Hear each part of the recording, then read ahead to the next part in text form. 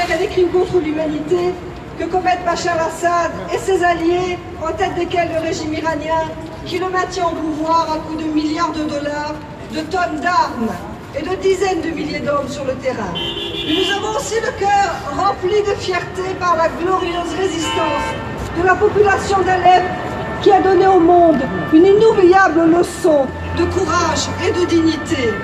Comme l'a dit notre présidente Mariam Rajavi, Alep est le symbole éternel de la résistance et une source d'inspiration pour les peuples de la région et tous les défenseurs de la liberté qui veulent se débarrasser du fascisme religieux. Le régime de Téhéran est la source de la crise dans la région et des massacres en Syrie, et pour instaurer la paix au Moyen-Orient, il faut en chasser le régime des mollahs. Rappelons qu'aujourd'hui, les mollahs d'Iran ont déployé à Alep 25 000 hommes en armes.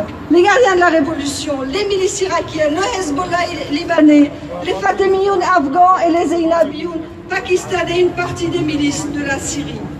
Les gardiens de la révolution du régime iranien et leurs milices occupent de facto Alep Est et ils commettent des exactions sur la population avec des cas d'exécution collective de civils, notamment de personnel hospitalier. Ils n'hésitent pas à ouvrir le feu sur les ambulances qui transportent des blessés. Et le général Qassem Soleimani, le boucher de Syrie, est à Alep et dirige ces hordes de chiens de guerre qu'il a lâchés sur le terrain pour multiplier le bain de sang. En prolongeant le massacre de la population locale, le régime des mollahs veut modifier la composition démographique de la ville et intensifier le climat de terreur.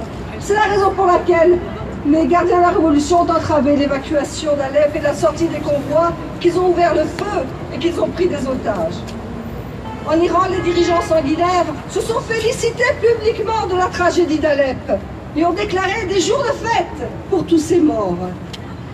Rouhani, le président des mollahs, a téléphoné à Bachar al-Assad et assuré que son régime, je le cite, restera aux côtés du gouvernement syrien. Le peuple iranien et sa résistance, victime depuis 38 ans de la sauvagerie du fascisme religieux et du silence complaisant des grandes puissances, soutiennent le peuple héroïque de Syrie et sa résistance, qui sont eux aussi victimes de la politique de complaisance des puissances occidentales. Le sort de ces deux dictatures est étroitement lié. La chute de Bachar entraînera la chute des mollahs. C'est pourquoi nos deux résistances sont sœurs et combattent le même ennemi.